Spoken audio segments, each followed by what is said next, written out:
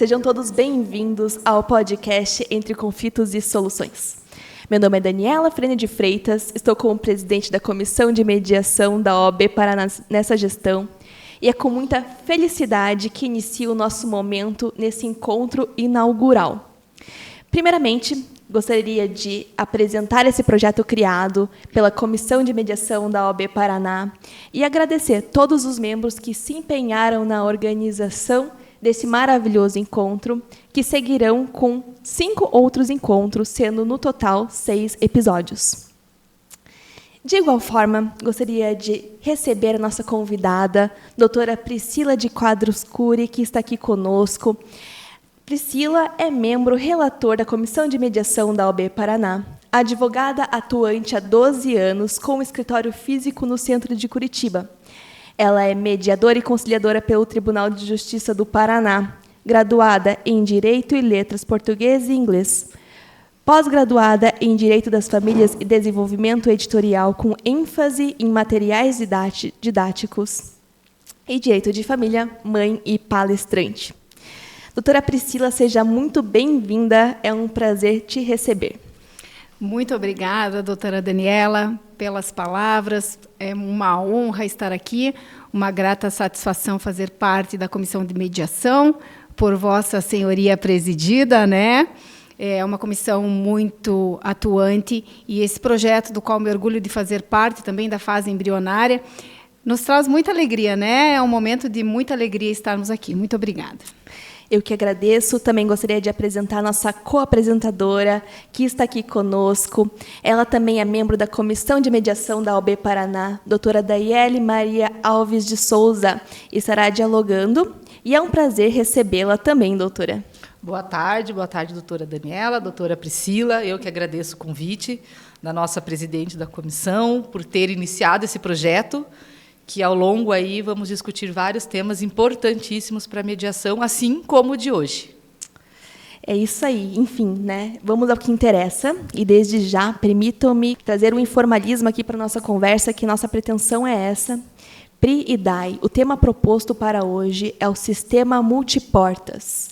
Da onde surgiu esse tema? Bom, essa técnica foi apresentada por Frank Sander. Ele é um americano, professor da Faculdade de Direito de Harvard, e ele criou esse mecanismo do sistema de multiportas, dentro de uma conferência, a PAUD Conference, em 1976. Então, a partir daí, ele tem se aprimorado, atendendo à demanda da complexidade dos conflitos, ele vem apresentando esses novos métodos, ao passo que os conflitos surgem. Certo, então eu entendo que esse é um sistema, né, importado dos Estados Unidos. Mas aqui para o Brasil, como é que isso está funcionando? Perfeito. Esse sistema ele veio com a Resolução 125, de 29 de novembro de 2010. Então, eu reforço e enfatizo essa data para ver essa longa caminhada, né, para fortalecer esses conceitos. Então, a Resolução 125 do CNJ, o Judiciário brasileiro passou a oferecer outros meios de solução de disputas, quais sejam a mediação e a conciliação, que são os pilares. E também nós temos outros métodos de resolução de conflitos. Então, no artigo veiculado pelo CNJ, ele traz o seguinte exemplo. Uma pessoa, se ela adentrasse a porta do fórum, onde ela foi buscar o auxílio da justiça, e lá tivesse à disposição diversas portas. Então, dependendo do problema apresentado, a pessoa seria encaminhada para aquele método mais adequado e efetivo para a solução daquele litígio. Pri, nós sabemos, né, que quando a pessoa chega, ela já vai ao fórum com um advogado, né, que é o normal. E como que fica daí, nesse caso, que ela já chega com o advogado? Perfeito, Dai. Então, nós temos... eu fiz uma palestra na Conferência de Gestão e Empreendedorismo, que eu fiz uma analogia do sistema multiportas para o advogado multiportas. Eu adaptei a expressão cunhada por Sander, porque, de fato, daí o cliente ele chega no advogado. Então, culturalmente, nós temos o advogado, aquele defensor feroz do seu cliente, né? Que o marco é chegar com uma sentença procedente para o seu cliente. Então, a gente precisa mudar o pensamento e entender que esse marco era o melhor, porque hoje em dia o processo mudou, né? A sociedade mudou, os processualistas, eles já têm, com o Código de Processo Civil de 2015, que albergar esses institutos. Então, nós, advogados, enfrentamos o desafio de nos adaptar e inovar em nossas abordagens para atender às necessidades complexas e diversificadas dos nossos clientes, porque nós não temos causa-ganha, né? O direito ele é muito dinâmico, ele acompanha a evolução da sociedade, e nós não dependemos só do legislativo, mas da hermenêutica, ou seja, da interpretação da nossa jurisprudência dos julgados. Então, nós temos o judiciário trabalhando em conjunto, né, com a nossa classe. E se o advogado ele guarda uma experiência negativa, né, com determinada técnica, ou desconhece todos os métodos alternativos, ele não tem como apresentar um método alternativo ou adequado para o caso do cliente quando chega até ele. Veja, Day, historicamente, e por isso a importância das datas e dessa linha histórica, que nós temos a Lei 9.099 dos Juizados Especiais. Foi instituída a audiência obrigatória de conciliação. Então, para aquele advogado que chega agora na OAB, ele precisa se adequar aí a essa trajetória para entender, porque quem participou dessas audiências entendeu que a população começou a se decepcionar, porque existia uma sensação de perda de tempo quando se tratava de uma audiência de conciliação, porque se chegava lá, puxa, não tem acordo, e tem, enfim. Mas a grande verdade é que esse novo olhar vem sendo construído pelos próprios advogados, pelo próprio judiciário, no sentido de se capacitar, de se otimizar, de fato, esse tempo e de se fazer valer essa audiência de conciliação, né? Sim, a capacitação, de fato, eu vejo como algo essencial para que qualquer coisa dê certo, né? Inclusive, essa nova perspectiva enquanto a acesso à justiça. E é importante destacar, e nós estamos falando aqui da casa do advogado propriamente, que a solução dos problemas jurídicos não é somente do Poder Judiciário. Perfeito, Dani. A solução dos conflitos ele começa na casa do advogado, no escritório do advogado. É claro que nós não podemos trabalhar desassociados do judiciário. O judiciário ele é um órgão fundamental na nossa prática advocatícia. E dentro do judiciário nós temos o artigo 334, que regula a audiência de conciliação e mediação como uma etapa obrigatória, porque às vezes o nosso cliente ele não está preparado ou ele entende que não é saudável participar, mas quando se ingressa com uma ação, não necessariamente vai virar uma lide. No meio do caminho sempre há um desdobramento, e aqui nós temos um desdobramento saudável, porque algo, às vezes, não quisto, pode ser muito bem-vindo se bem conduzido, né? Certo. Você falou agora em mediação e conciliação. No meu ponto de vista, esses são dois conceitos distintos entre si, mas que existe uma confusão, porque um acaba sempre acompanhando o outro, ao mesmo tempo que, por vezes, percebem a conciliação como uma mediação mal feita. Então, assim, aproveitando a oportunidade aqui que a gente está num espaço de diálogo e de aprendizado, né, para a gente passar para quem está nos escutando e nos acompanhando também, qual, então, seria a diferença, a grosso modo, entre esses dois institutos? Perfeito. Então, eu vou começar com a mediação, já que nós somos, membros aqui da Comissão de Mediação. É muito importante destacar que nenhum instituto visa só o acordo. Vamos chegar lá e vamos fazer um acordo.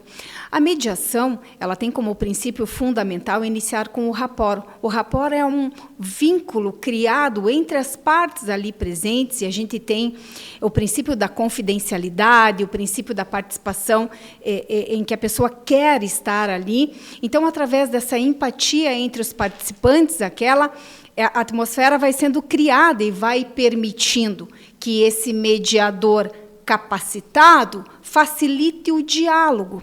Lembrando que são os interessados responsáveis por apresentar essas soluções. O mediador ele vai se utilizar de perguntas indiretas, da organização temporal, para que as partes se sintam seguras e possam trazer o não dito a linguagem corporal, né, os seus anseios, enfim.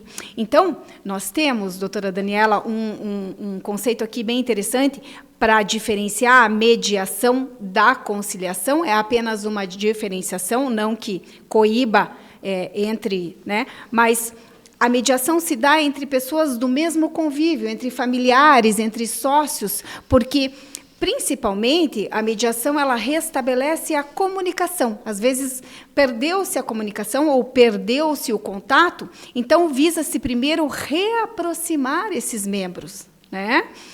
Isso de um modo geral, né? E agora trazendo a conciliação, que já veio trazida pelo juizado especial, é muito utilizada também no direito do trabalho, que as pessoas sem um convívio contínuo, que têm uma relação de trabalho, ou que, em casos de acidentes, que se encontram, ou em casos de consumidor, ela é mais objetiva. O conciliador ele tem uma participação mais ativa, uma visão do todo, que permite a ele trazer alternativas. Lembrando que são alternativas e não imposições, né? Diferentemente de uma sentença que dá o direito, o conciliador ele traz alternativas. E aí, em conjunto com as partes, eles vão analisar os prós e os contras para essa tomada de decisão, né? Mais ou menos por aí. Pri, então, de tudo isso, né, que você expôs até agora, nós precisamos, então, repensar o acesso à justiça? Daí, eu entendo que sim. E nós que participamos de algumas comissões, né, a importância de estar sempre atuante e percebendo como que vem o desenrolar dos anseios da sociedade. Então, esse sistema multiportas é fruto de uma construção progressiva de nós, enquanto sociedade, porque nós também temos os nossos litígios, os nossos problemas. Então, os nossos costumes, eles vão ditando. O cenário jurídico ele está em constante evolução. Nós temos também, inclusive estamos aqui nos adaptando com toda a tecnologia desse podcast, nós temos esses avanços tecnológicos, né? As mudanças culturais e essas demandas dos nossos clientes. Hoje, né, a tecnologia, até as audiências acabam sendo, a maioria hoje, sendo online, né? Perfeito. Então, dá para dizer que a advocacia multiportas é um termo que se refere à prática da advocacia e que vai muito além das tradicionais que nós temos, da forma de atuação do advogado? Perfeito. Eu entendo que a advocacia multiportas e o advogado multiportas, ele consegue trazer para o cliente até uma outra perspectiva, porque quando a pessoa chega com um problema, ela está envolvida emocionalmente. Então, é dever do profissional trazer para ela caminhos, portas e estratégias, né? Então, ao invés de nós restringirmos nossa atuação a litígios em tribunais, essa advocacia envolve o uso de diversas ferramentas e métodos para, primeiramente, atender o cliente de forma diferenciada e, então, focar na resolução dos conflitos e atender às necessidades de maneira mais ampla e eficaz. Então, daí a gente sabe que essa cultura do litígio precisa perder força. E se nós, advogados, fizermos a nossa parte, atendendo o nosso cliente com responsabilidade, ao invés de validar aquela dor, né? Porque quando o cliente chega, às vezes com o sentimento aflorado, né, muitas vezes naquele olho por olho, dente por dente, nós devemos frear aquele sentimento, porque senão vira um sistema de vingança institucionalizada, né? É validado ainda porque quantas vezes, né, já escutamos, não, mas o meu advogado falou que eu estava certo. Às vezes o advogado nem falou, mas a gente precisa ir se desassociando dessa cultura, né?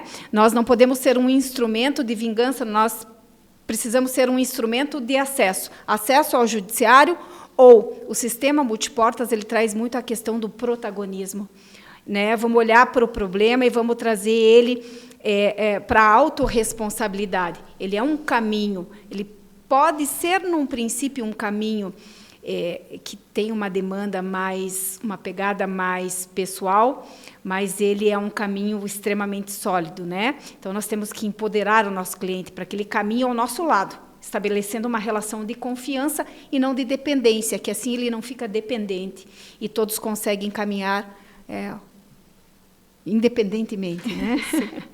Na verdade, eu acho que a gente tem que ser um instrumento de solução do problema, né? Porque quando ele chega, como você falou, com esse instinto da vingança, cabe nós, ao profissional, não trazer o problema dele pessoal para a gente e ajudar a resolver de forma eficaz, né?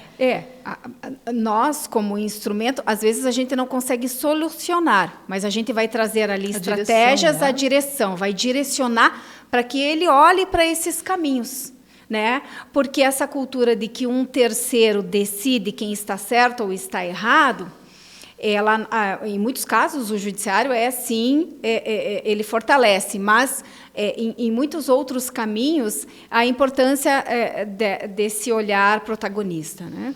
E que portas são essas da advocacia, então?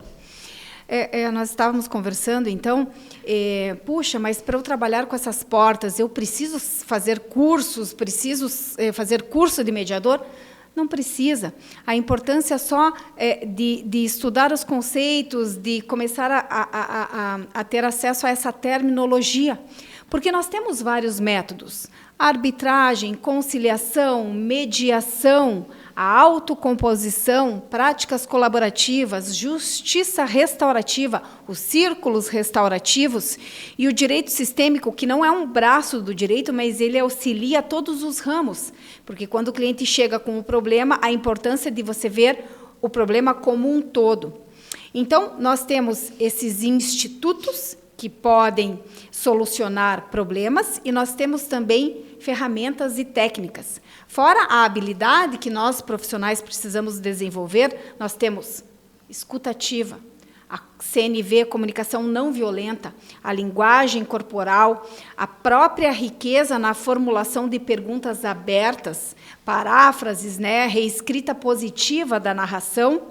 Então, esses institutos, eles podem ser aperfeiçoados com o tempo. Não há necessidade de se esgotar todos os assuntos, mas dependendo das demandas que chegam, é muito importante participar desse estudo, né?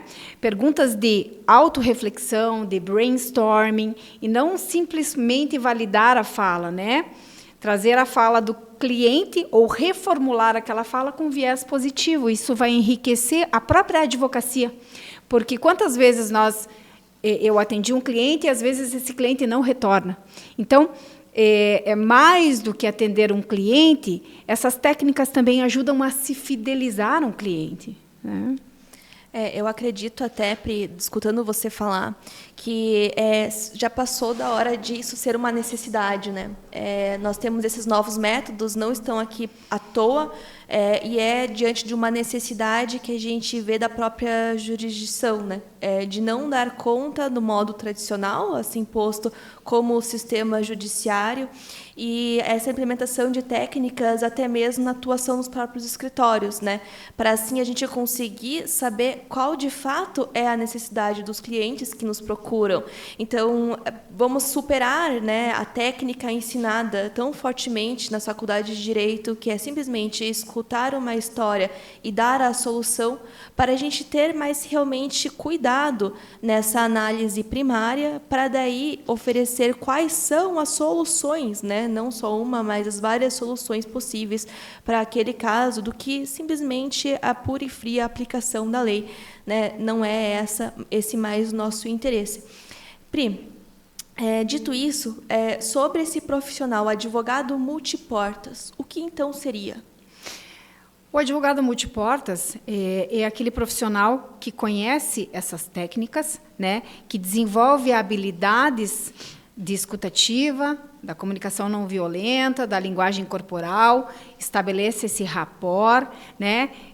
Como dito anteriormente, não há necessidade de fazer cursos, mas há necessidade de se atualizar, né? Estudar esses conceitos e começar a aplicação.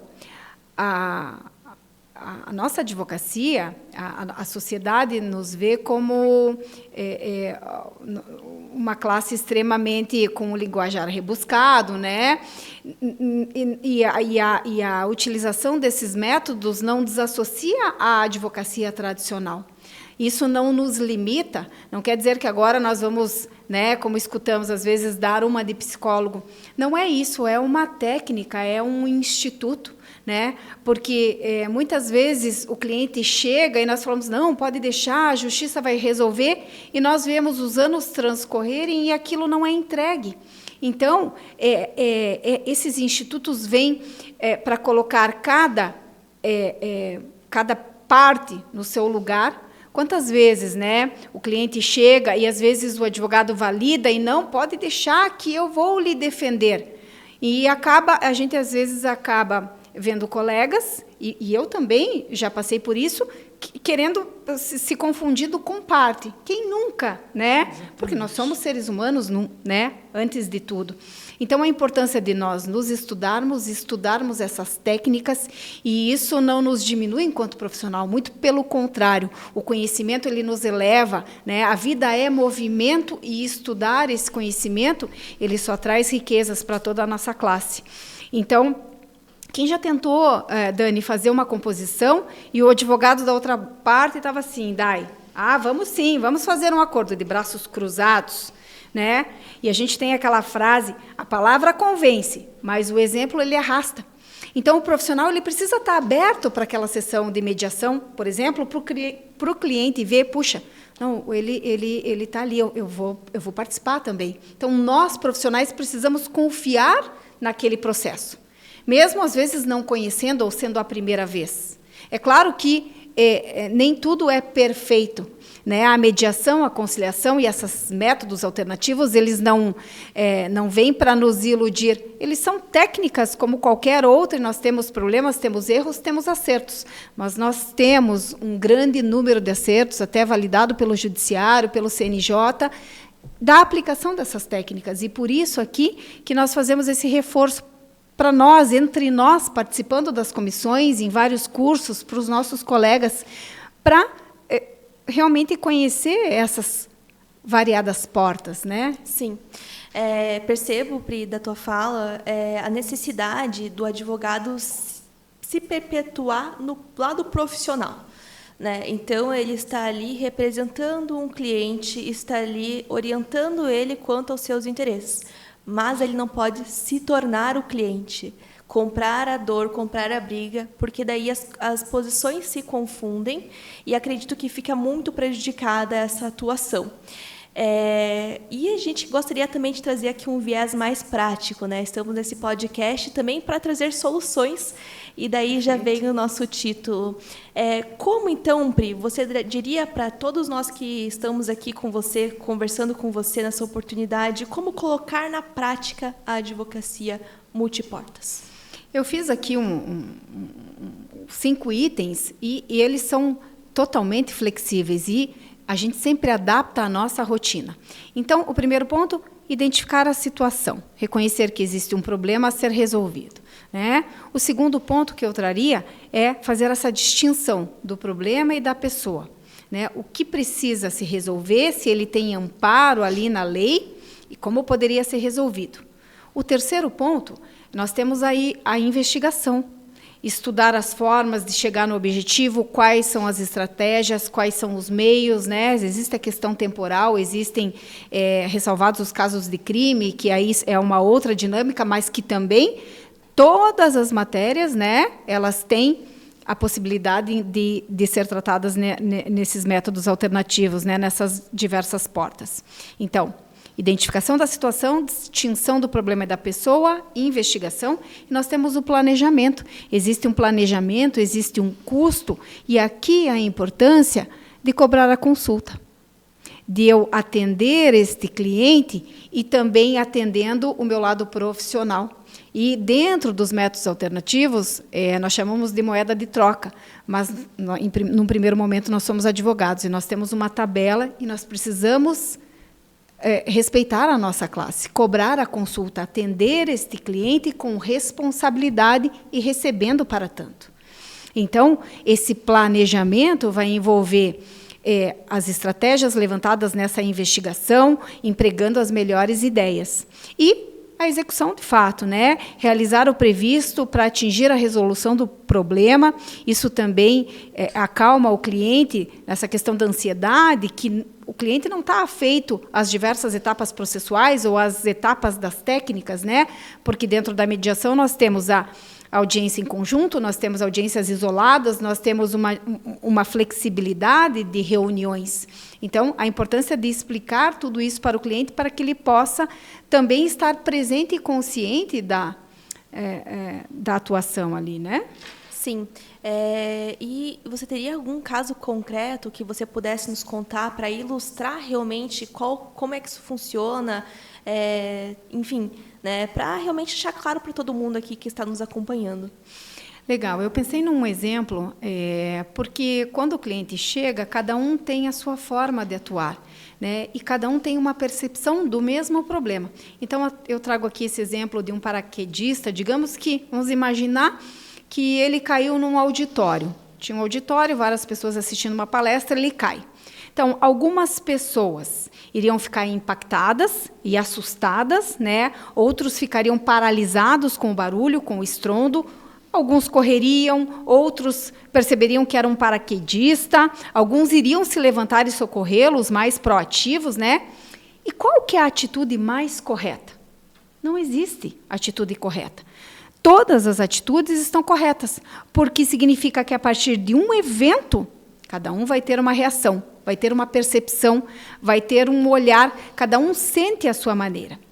E se na hora do paraquedista, por exemplo, nós tivéssemos na plateia um bombeiro, um policial de folga, né? Eles teriam a obrigação de ter uma atitude? Também não, porque eles não estavam investidos na profissão. Eles estavam ali de passagem. Eles têm reflexos mais apurados que nós civis, né? Mas se nós tivéssemos um bombeiro contratado, certamente todos nós esperaríamos dele uma atitude diferenciada, um profissionalismo, né? Para que ele pudesse coordenar a situação. Então, quando um cliente chega no nosso escritório, é isso que ele espera de nós, que a gente coordene a situação de forma estratégica, de forma profissional. Mesmo não dominando todas as técnicas, que a gente traga essa possibilidade, esse leque ampliado, essas diversas portas, né?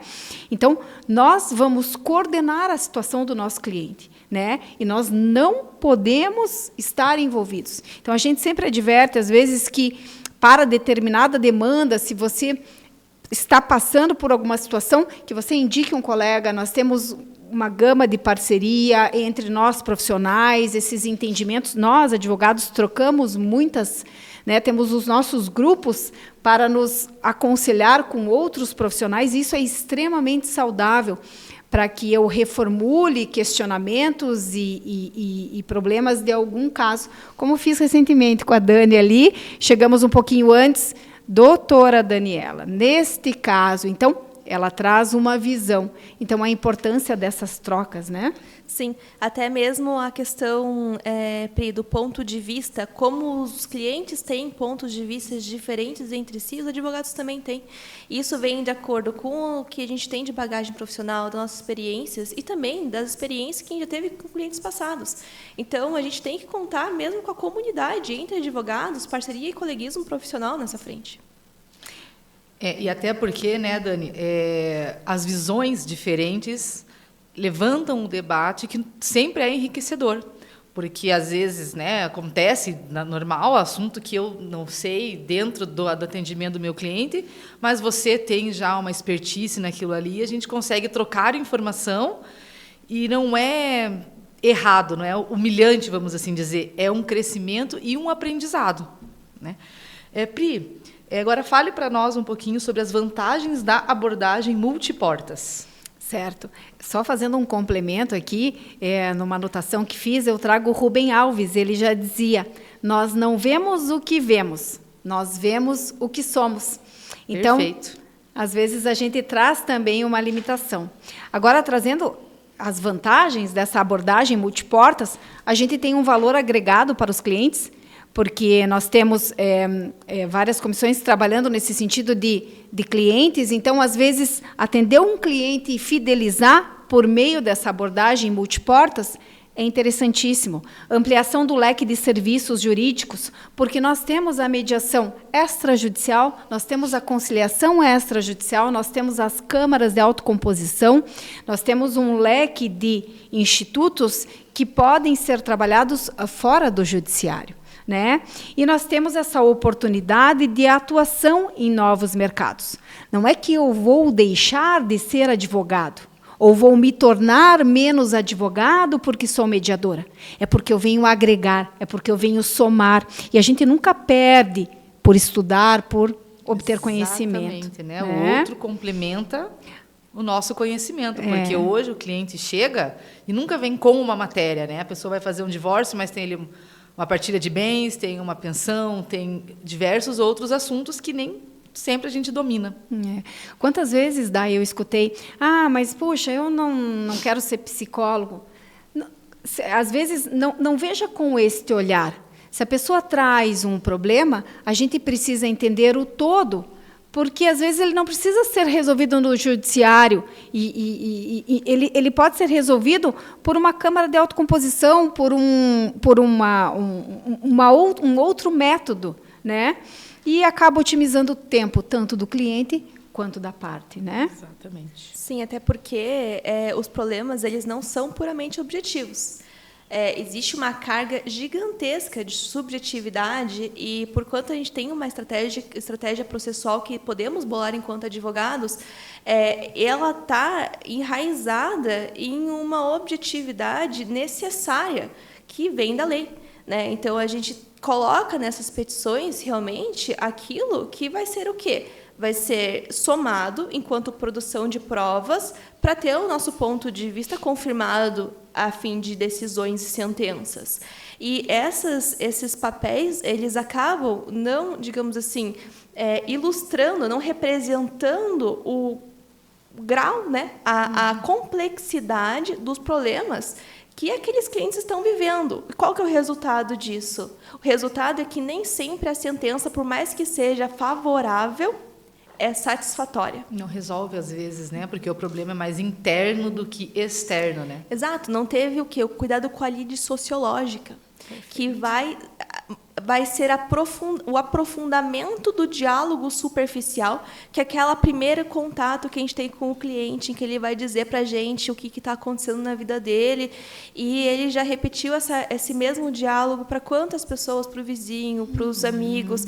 É uma conversa racionalizada e formada a título de fazer e convencer o outro do seu próprio ponto de vista. Afinal de contas, você quer que o teu advogado esteja do seu lado, né? E essas fragilidades inerentes dos seres humanos acabam sendo deixadas de lado. Então, é esse cuidado efetivo que precisamos ter. E ali é onde o advogado, como profissional, vai poder orientar o cliente, freá-lo até, né, que ele vem ali para querer se vingar, enfim, mostrar para ele que o problema é mais imaterial do que, de fato, material. E que está tudo bem. Exatamente. E que está tudo bem. E é sobre isso, sabe? Que ele vai resolver, porque ele também precisa seguir adiante. Exato. E, às vezes, ele fica amarrado ali naquele processo por 5, 10 anos, tem processos aí. Sim. E ele está preso sempre e a vida não segue, fica travada porque ele está pensando... o problema dele é muito mais imaterial, mais subjetivo do que, de fato, o objetivo. E, gente, é tão boa a conversa, mas estamos chegando no nosso final. Então, Pri, para finalizar, quais, no seu ponto de vista, são os desafios dessa atuação diferenciada? O primeiro desafio é ver o conflito como algo salutar. O conflito ele é uma oportunidade de crescimento e desenvolvimento das partes, né? Não olhar o conflito como algo negativo, mas como algo que vem a acrescentar ali naquele momento para as partes. Então, os desafios do advogado multiportas, essa necessidade de atualização constante e da formação multidisciplinar, essa complexidade na gestão de múltiplas frentes de atuação, que ele se adapte a essas frentes e que ela vem sendo processada por essa trajetória histórico-cultural. A sociedade vem evoluindo, a legislação vem evoluindo, e essas multiportas para desafogar o judiciário e resolver os conflitos de uma forma saudável estão aí. Então, basta entrar nas portas, né? O próprio advogado também precisa acreditar, né? E esse equilíbrio entre a tradição e a inovação. Nós somos uma classe tradicional, nós temos a advocacia. Então, repetindo aí, sem medo de ser enfática, a importância de ter esse novo olhar para esses métodos alternativos de resolução de conflitos. Gente, muito legal. Muito obrigada por vocês terem topado esse convite de estar aqui conosco, de terem feito parte também de toda a organização e planejamento desse podcast. Estamos aqui encerrando, né, chegando ao final desse primeiro episódio, mas gostaria ainda de passar a palavra mais uma vez para, né, eventualmente, se vocês tiverem alguma consideração final, gostariam de falar mais alguma coisa, Dai, a palavra é sua. Agradecer, né, a Dani, que trouxe o projeto para nós, que apresentou ali como uma forma da gente poder divulgar e falar sobre a mediação de diversas formas, de vários aspectos, né, que é extremamente importante, porque o judiciário hoje também não aguenta mais a quantidade de processos.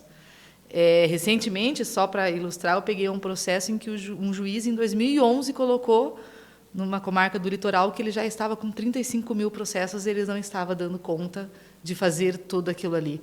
E aí chega lá uma sentença de parcial procedência que também não vai resolver o problema do cliente, porque ele vai continuar ali na luta para se sentir prestigiado ou vingado, como bem disse a Pri. Então, aqui é uma oportunidade de trazer mais a importância da mediação e todas as suas formas de resolução do conflito, do litígio em si. Então, Dani, só agradecer, e estaremos aí mais 5 podcast acompanhando, espero que todos gostem e que acompanhem junto com a gente. Dani, agradecer mais uma vez, né? A própria criação desse projeto é uma conciliação, né? Porque são muitas ideias, são muitos obstáculos, são muitos temas, são muitas ideias, são muitos obstáculos vencidos, né? Então, qualquer caminho é o caminho para se olhar com essas técnicas, com essas ferramentas, né? Então, agradecer a oportunidade de participar desse projeto e de estar aqui, para mim é uma grande satisfação, uma grande alegria. Muito obrigada. Eu que tenho a agradecer realmente a presença de vocês duas, a disponibilidade, o tempo desse mundo corrido de vocês estarem aqui conversando com a gente sobre esse tema que é tão importante e também nesse encontro que é inaugural. Teremos, então, novos encontros vindo para frente. O próximo podcast, já vou, inclusive, dizer qual é o tema e deixar ali um climinha de suspense.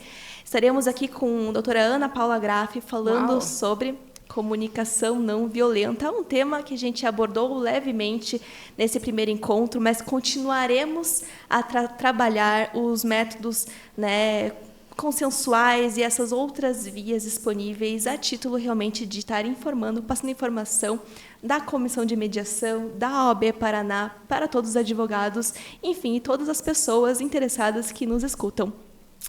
Obrigada a você também que está nos acompanhando, que escutou nosso podcast. Fique ligado também, nós estamos sempre colocando novos episódios no YouTube da OAB Paraná, então siga o canal para sempre estar atento e atualizado nos novos episódios que seguirão. Muito obrigada.